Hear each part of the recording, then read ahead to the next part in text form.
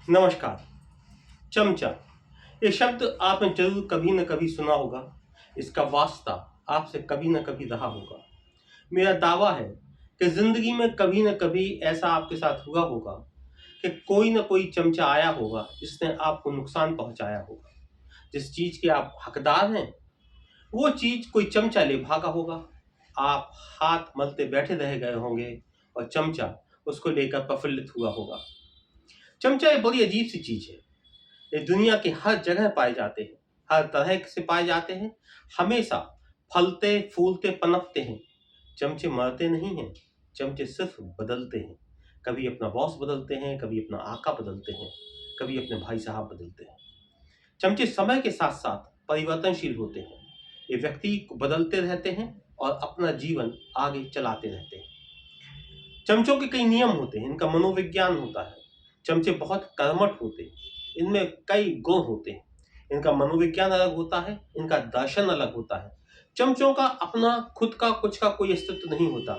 ये पानी की तरह होते हैं जो जिस बर्तन में गिरते हैं उसी के हिसाब से अपने आप को बदल लेते हैं, ढाल लेते हैं। चमचे किस तरह से रंग बदलते हैं इसको देखकर आप भी हैरत में आ जाएंगे। करीब 30-35 साल पुराने की मुझे घटना याद आ रही है। जब हमारे सागर विश्वविद्यालय में जो कुलपति बने वे साहित्यकार थे, वे कवि थे। तो हमारे पिता ने उस समय एक चार्टर बनाया था, नियमावली बनाई थी चमचों की। जैसे वो कुलपति जी थे तो कभी किसी से नमस्कार नहीं करते थे, प्यारे भाई कहते थे। तो देखते ही देखते पूरे शहर के चमचे प्यारे भाई कहने लगे। सारे लोगों ने राम राम करना, नमस्कार करना बंद कर दिया। सारे चमचे कवि हो गए, साहित्यकार हो गए। जो कवि नहीं हो पाए, साहित्यकार नहीं हो पाए, वो कविताओं की, उस साहित्य के प्रेमी हो गए। वो कविताओं की पुस्तकें खरीदने लगे और जब भी कुलपति जी से मिलने जाते या उन्हें ऐसा अनुमान होता कि कुलपति जी कहीं मिल सकते हैं तो उस समय वे हाथ में किताबें लिए रहते। कई बार कुलपति जी को उपहार में दे देते, कई बार उस पर चर्चा करते। सारे चमचों के या तो पिता कवि हो गए, कईयों के दादा कवि हो गए, उनके हाथ की पांडुलिपियां निकल आई। माने ये बात साबित हुई कि वे कई पीढ़ियों से कवि और साहित्यकार हैं, साहित्य प्रेमी हैं।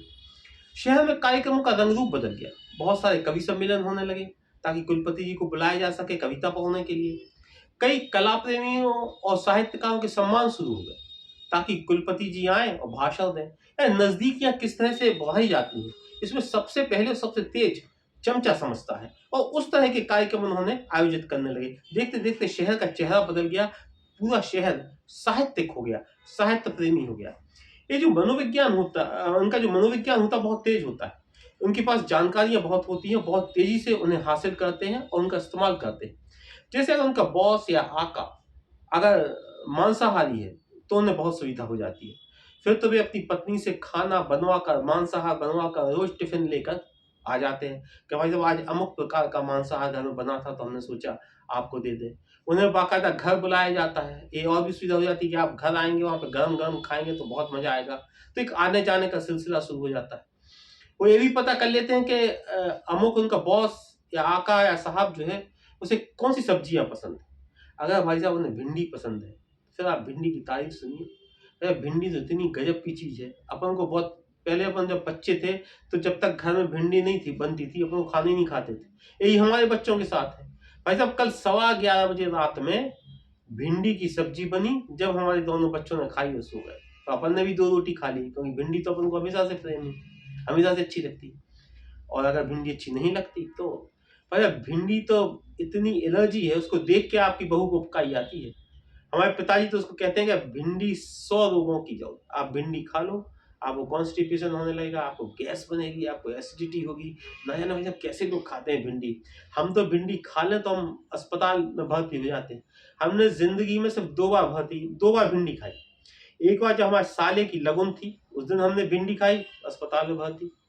दूसरी बार जब हम लोग अपने साली के शादी तय करने के लिए गए थे तो ससुराल वाले थे, उन्होंने भिंडी रख दी। मैंने भिंडी खाई, उधर अस्पताल में भर्ती। 2 बार भिंडी खाई, दोनों बार अस्पताल में भर्ती। चमचे अपने बॉस के बच्चों के वो गुण देख लेते हैं जो बॉस पिता होकर नहीं देख पाता। भाई साहब आपका जो बेटा है ना, गजब का पेंटर, इतनी अच्छी पेंटिंग करेगा आप देखना पूरे होके। उस दिन कॉपी गूंद रहा था लेकिन उसके गूंदने में भी एक सिमेट्री है, कला है। आपकी बिटिया क्या लिखती है भाई साहब, वो तो आप देखना कि आपका नाम रोशन करेगी, नोबेल पुरस्कार मिलेगा, नोबेल पुरस्कार। तो उनके बच्चों के हुनर देख लेते हैं, और कुछ जो मनोवैज्ञानिक और सबसे बारीक असर आप देखिए चमचों का। चमचों को ये पता होता है कि उनके बॉस या आका की राशि कौन सी, वही राशि उनके पिता की है, वही राशि उनके दादा की थी। अब वो उसको कैसे बात शुरू करते हैं। भाई साहब, हमारे दादा की एक माला है, एक मंत्र है, उनके गुरु मंत्र है, वो किसी को बताते नहीं थे, उन्होंने सिर्फ हमें बताया था। वो मंत्र हम आपको ला के दे देंगे, आप भाई साहब उसकी माला करिए और फिर देखिए क्या अंतर आएगा आपके जीवन में, सारे काम होने लगेंगे। भाई साहब कुछ उपाय भी हैं, और फिर वो कुछ उपाय बताएंगे, और इन उपायों से उनकी एंट्री सीधे उनके घर तक होगी, कानाफूसी शुरू हो जाएगी। जैसे वो कहेंगे भाई साहब कल शाम को 7 बजे पंडित जी से बात हो गई है, अपन को चलना है तालाब के किनारे, और मछलियों के लिए उनने कुछ मंत्र बताया है, वो मंत्र बोलना है और आटे की छोटी छोटी गोलियां लेकर डालना है। तो भाई साहब 7वें दिन, 7वें जब सोमवार आएगा तो हम आपको एक जगह ले चलेंगे, एक जगह आपको, और ये हम नहीं बता रहे हैं, ये चीज़ें बता दूंगे असर खत्म हो जाते हैं, तो चीज़ नहीं बताएंगे, लेकिन उनके कान में जाके फूसी करेंगे। अब 20-25 लोग बैठे हैं, वो आए, कान में उन्होंने कहा कि भाई साहब कल है वो 7वां सोमवार, और कल अपन को चलना है मंत्र के। हाँ भाई नोट करवाओ, उनके साथ हमें कहीं जाना है। तो इस तरह की चीज़ें जो शुरू हो जाती हैं, जो कानाफूसी शुरू हो जाती है, ये इन लोगों की विशेषता होती है। लेकिन इनका जो मनोविज्ञान है, मैं बार बार मनोविज्ञान कह रहा हूँ, ये बड़े डॉक्टर होते हैं मनोविज्ञान के। आप क्या सोच रहे हैं, आपको क्या चाहिए, सबसे पहले इनको समझ में आता है। इनको जिंदगी की बहुत सारी चीजें समझ में आती हैं, जो उसका इस्तेमाल कैसे करना है ये चमचे जानते हैं।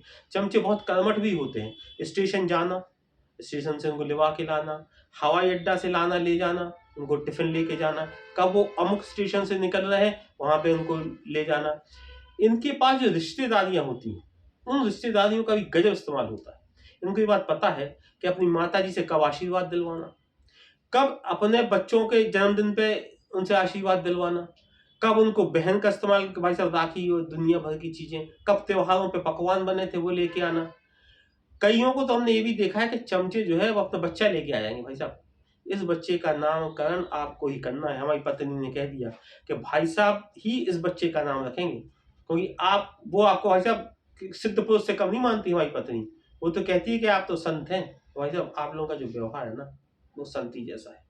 और कुछ वो बुराई भी करते हैं। भाई साहब आप में एक बहुत बुरी आदत है, मैं हम स्पष्ट बोलते हैं, साफ बोलते हैं, दिल में नहीं रखते, इसलिए कह रहे हैं।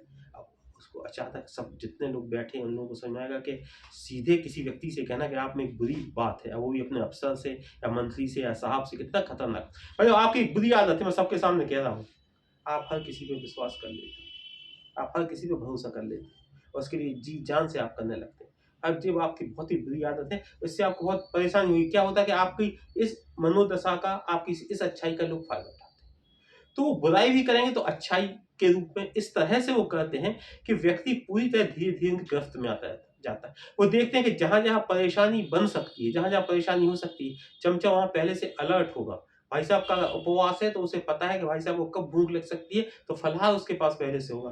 तो चमचा बहुत कर्मठ होता है, बहुत तेज होता है, बहुत होशियार होता है, उसका मनोविज्ञान बहुत तेज होता है, उसका दर्शन बहुत तेज होता है, जीवन की तमाम चीजों में पारंगत होता है, और सबसे महत्वपूर्ण चीज, इस समय को पहचानता है। जब आपका समय बदलता है तो सबसे पहले चमचा बदलता है। अगर उसे लग जाए कि समय खराब होने वाला है, समय आपका बुरा आने वाला है, तो चमचा इतनी तेजी से पलटता है कि आपको देखता भी नहीं, आपको पहचानता भी नहीं। लेकिन हाँ, चमचा समय पहचानता है और बदलता है। चमचों से सावधान रहिएगा, बड़ी खतरनाक चीज होते हैं। नमस्कार।